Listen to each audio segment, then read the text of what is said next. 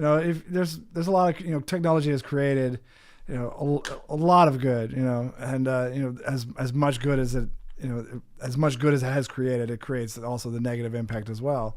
However, it does. I like to look at the good side of it. It's creating, young people are very intuitive and ask a lot of questions, and because they're so hands-on from the very beginning with technology and computers and software, whatever it is, they learn it so quickly that they are able to design, like for instance, a machine that will pick up, all the plastic in the ocean. There's more of that happening, and that is very positive, and I think that needs to happen even more so. Young people they're the future. And it is, and when I've been speaking at schools, I actually say to them in a room, like, this sounds like a cliche, but you really are the future, because a lot of the big issues like climate change that we're facing, they're going to be having to live with this, and they're going to have to be the ones that they're the ones that are going to have to be responsible for it. Yeah, because the people that have created it are going to be dying now, and they're leaving us this world that's just going underwater, literally. It's scary, and we talk about this figure of like we've got 12 years to sort of turn it around. Most articles you read these days say record temperatures sooner than expected, depleted populations of animal, life in certain areas faster than expected. Like, we actually have to, in the next 8 years, completely change our economy and the way that we run, or it's game over.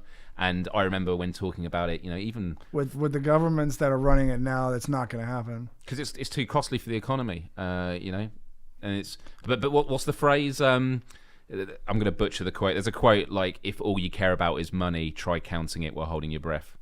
The idea that nature overrules, and but because of the world that we live in with technology, concrete jungles and things like that, we've started to become detached from the fact that we have evolved over hundreds of thousands of years.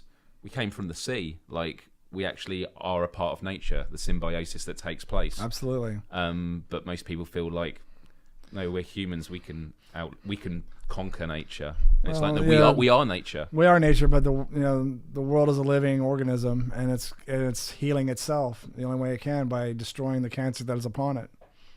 Yeah.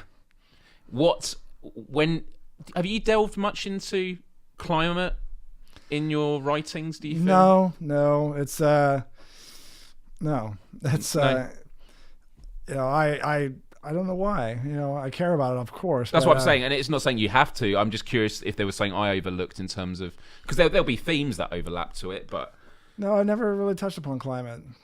Because I feel like there is the industrialization of industries is technically touching on climate, because that is the cause of it. The sort of mass production of just Yeah, but I've never actually talked about it, specifically.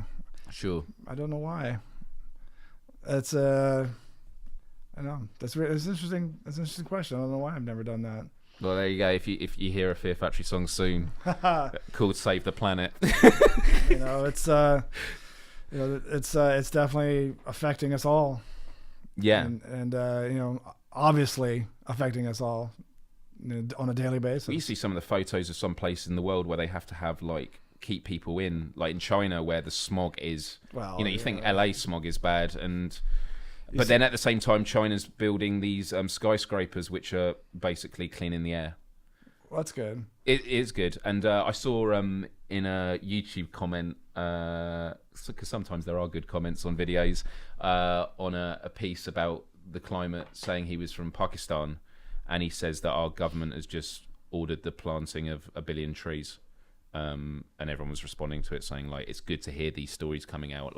I should really have verified it before I mention it. I mean, I could look in a moment, but I did also see an article from the end of last year that says that we're at a point where there is so much CO2 in the atmosphere that we physically can't plant enough trees now to combat the carbon dioxide. We're past that point. Yeah. But it's other things, like there's a cavity underneath the Arctic that is going to be exposed if it keeps melting, and the concern is that there is bacteria under there that is millions of years old.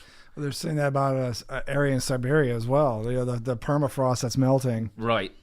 And the point is that if it does melt because of the rising temperatures, we might be exposing bacteria that we have no immunity to because we've not been connected to it. I think we're being exposed to bacteria now that we have no immunity to. You know, the Zika virus. It's like, where did that come from? Right.